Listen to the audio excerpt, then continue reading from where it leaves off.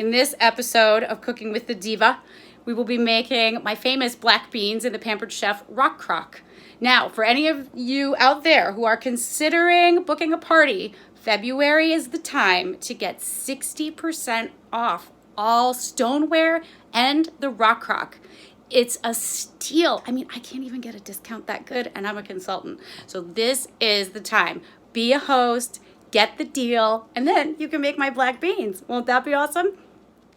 So what's in the pot? What am I starting with?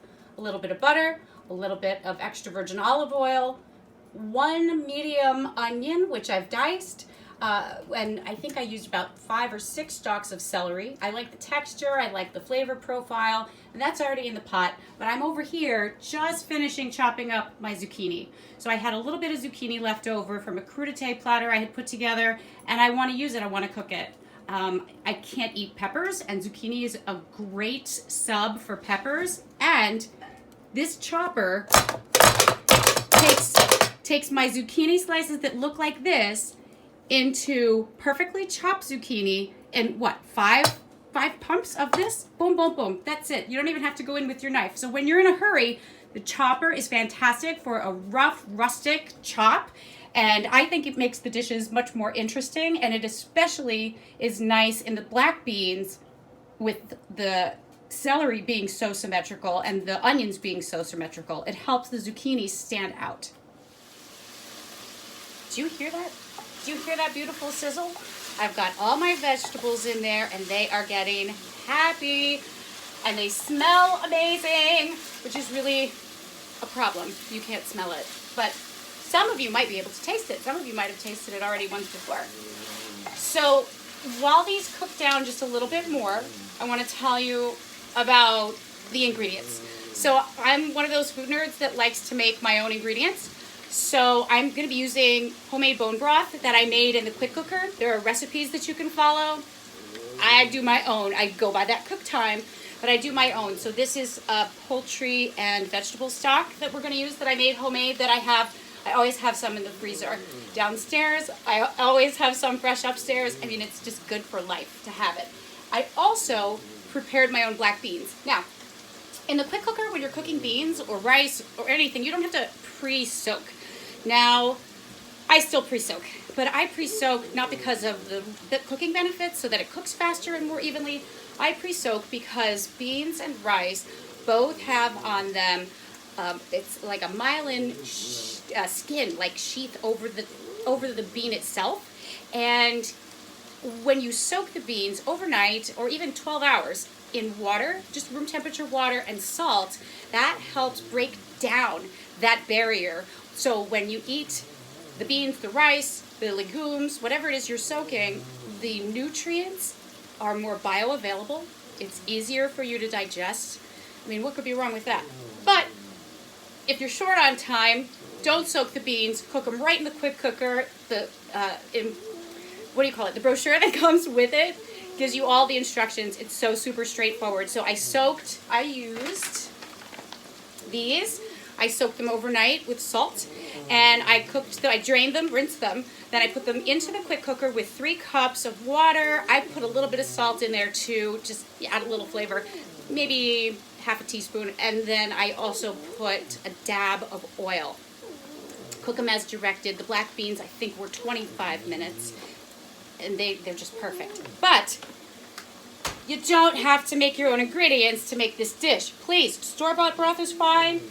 Canned beans are fine. Whatever works for you works for me. This is all just about exploring new ways of cooking, thinking, seeing food, and me having fun in my kitchen. So thank you for joining me here. So it looks like the vegetables are ready. I'm gonna just hit them with a little seasoning. So I've put in my little prep bowl here, it's a teaspoon of cumin, coriander, a teaspoon and a half of celery salt, and I put a little bit of this dehydrated garlic. I don't have time for the garlic press, and honestly I think fresh garlic makes this dish a little bit too sweet, which is why if I were using peppers, I would use green peppers instead of red. I don't love the sweetness. I really love it more savory, but I use this. It's great. I might add a little more, but I like to season as we go along. and then I'll, taste as we go along and adjust as necessary. So I'm going to put this in here. In the meantime, I like to use Paula Deen's house seasoning. It's salt, pepper, and garlic salt, or garlic powder rather, and it's a blend, 1/4 cup of garlic powder, 1/4 cup of pepper, and 1 cup of salt, and it's amazing. I use it for life. Just ask my pal Mike, ask his wife Sarah, I put it on everything. If you hear a little bit of moaning, this is what's going on at my feet. Okay, so if you hear a little whimpering, this is what's at my feet while I'm cooking. This is Duncan. He really likes it when I cook. He's my best cheerleader. All right, so now the vegetables are seasoned. I've tossed them around a little bit. Beans are going in. I prepared 1 pound of black beans. If you're making this recipe, I would say you're gonna be using at least 2 cans of beans, probably more. Just have them ready. I mean, this is 2 quarts here that it yielded, and then I'm gonna just toss it around with the vegetables before I put any liquid in. Oh my God, that smells so good. So I think that the ratio of vegetables to beans is good, but I think it could be better, so I'm actually gonna use all the beans. If I don't need them, I mean, I'll just save them, throw them on a salad. They're fresh, they stay fresh for quite a while, but nothing is better than rice and beans. So, I'm gonna just get these all down in there, toss them around, and then I'm gonna add my homemade stock.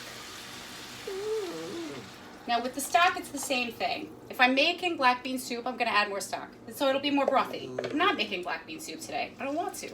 I want thick, hearty black beans to put over rice. Or in this case, I'm gonna avoid the rice and I'm gonna make roasted cauliflower for myself, which is super. And it's a great substitute for other white starchy foods if you're trying to give up potatoes, rice.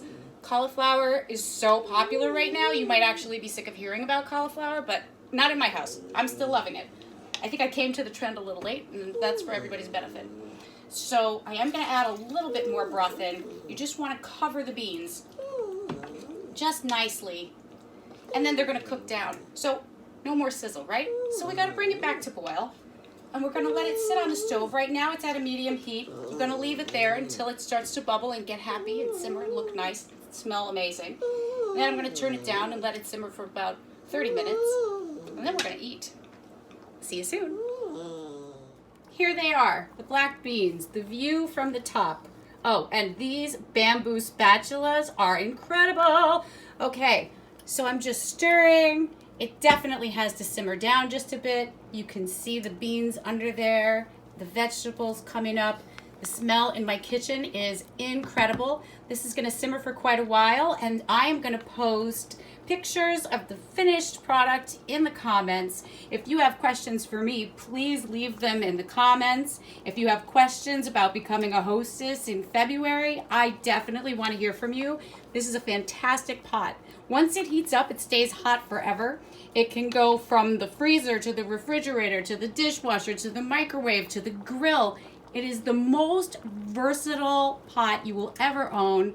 And I mean, it's doing great on my cooktop. I don't have a fancy, it's just glass. It's not induction, and it's just terrific. But just look at how nicely that's boiling. It cooks so evenly. And I thank you for tuning in, and I look forward to hearing from you in the comments.